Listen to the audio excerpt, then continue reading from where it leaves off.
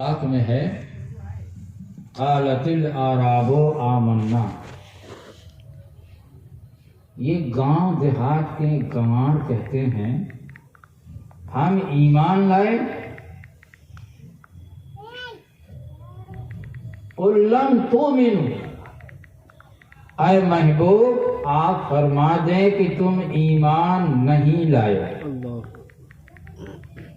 وہ کیا کہہ رہے ہیں؟ ہم ایمان لائے.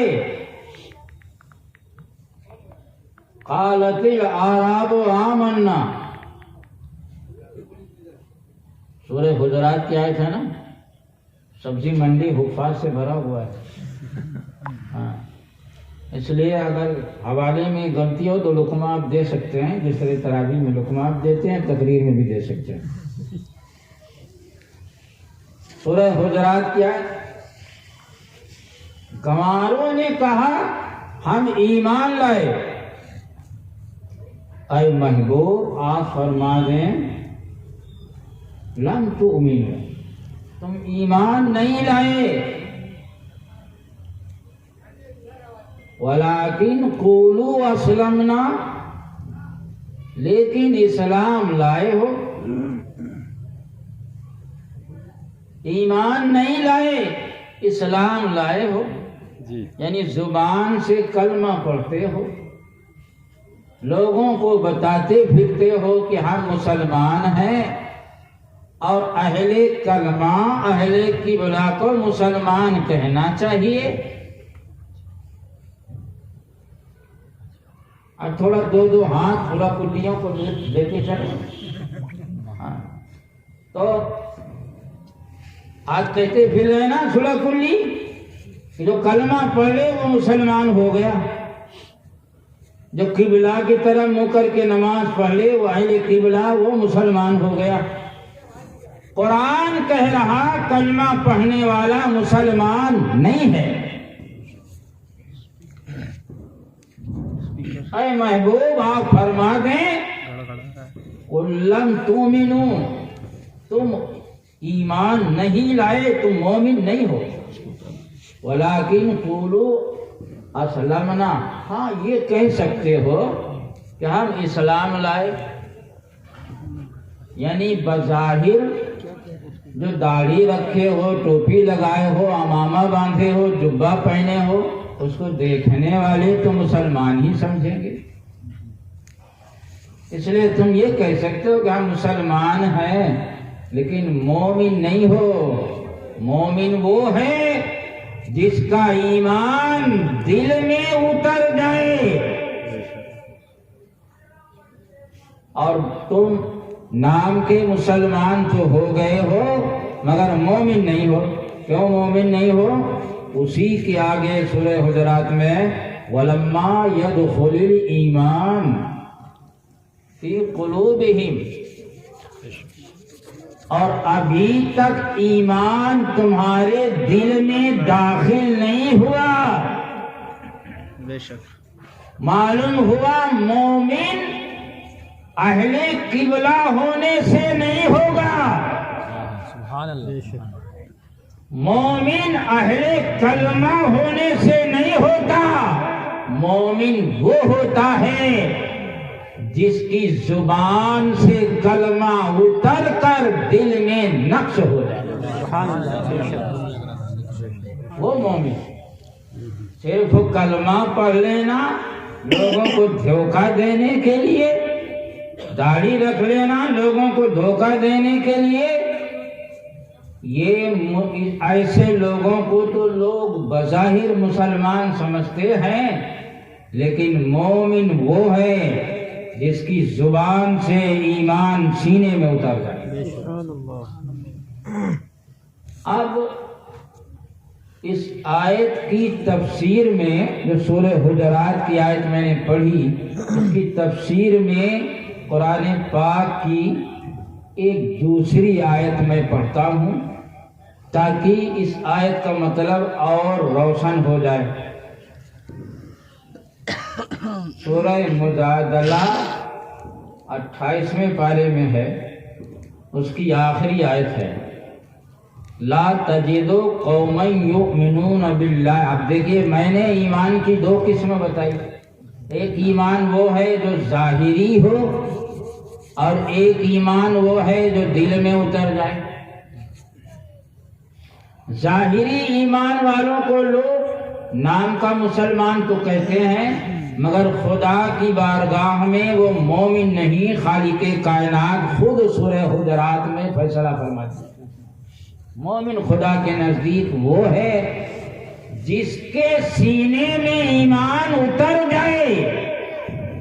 اب یہاں پر ایک سوال یہ پیدا ہوگا کہ ایمان کس کے سینے میں اترا اور کس کے سینے میں نہیں اترا ہم کیسے پتہ لگائیں؟ کوئی نشانی ہونی چاہیے, کوئی علامت ہونی چاہیے. ہم کو پتہ کیسے چلے کہ کس کے سینے میں ایمان اترا کس کے سینے میں نہیں اترا؟ تو اس کی نشانی خدا نے خود قرآن میں بتا دیا. اب وہ نشانی میں بتاؤں گا تو آپ خود ہی جان لیں گے, اسے پتہ چل جائے گا آپ کو کہ کون نام کا مسلمان ہوتا کون کام کا مسلمان ہوتا. قرآن نے خود بتا دیا. اب سنیے, سینے میں ایمان اس کے اترتا ہے جو اللہ رسول کے دشمن اور ان کے گستاخوں سے دوستی نہ کرے. اگر کسی کو دیکھو کہ اللہ رسول سے محبت کرتا ہے اور اللہ رسول کے گستاخوں سے نفرت کرتا ہے تو سمجھ جاؤ ایمان اس کے سینے میں اتر چکا. سبحان اللہ سبحان اللہ. اور یہ میں نہیں کہتا, خالق کائنات کہہ رہا. خالق کائنات کہہ رہا. کیا کہہ رہا ہے؟ لا تجدو قوما یؤمنون باللہ والیوم الاخر.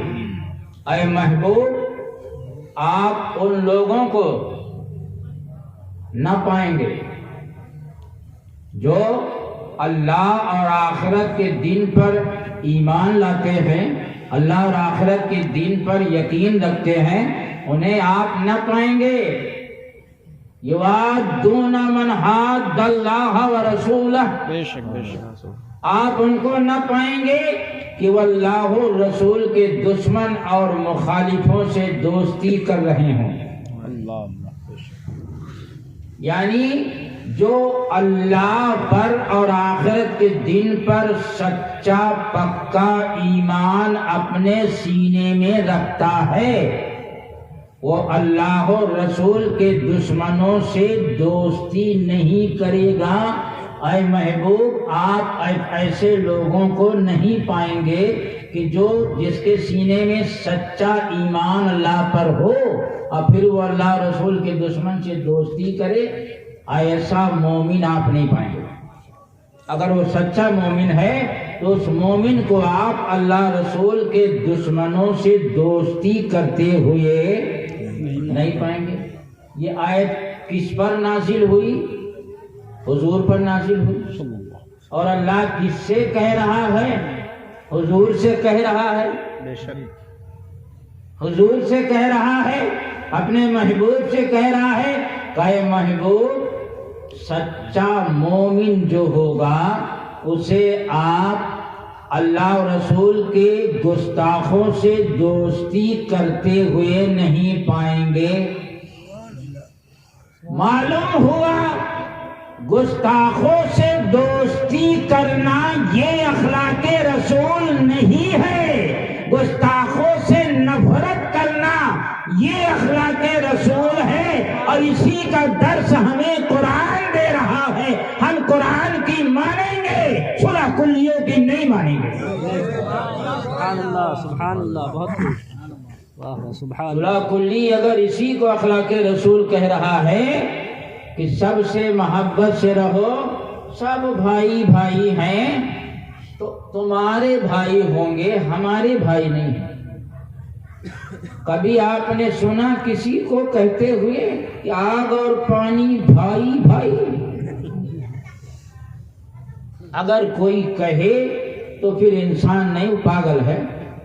آگ اور پانی بھائی بھائی، ارے جب آگ اور پانی بھائی بھائی نہیں ہو سکتے تو کفر اور ایمان کیسے بھائی بھائی ہو جائے گا؟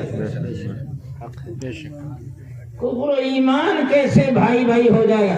قرآن کہہ رہا ہے، اپنے محبوب کو خالق کائنات تعلیم دے رہا کہ محبوب جس کے سینے میں پکا ایمان ہوگا، اللہ اور آخرت کے دن پر جو ایمان رکھتا ہوگا، وہ اللہ رسول کے گستاخوں سے دوستی کرتے ہوئے اسے آپ کبھی نہ پائیں گے۔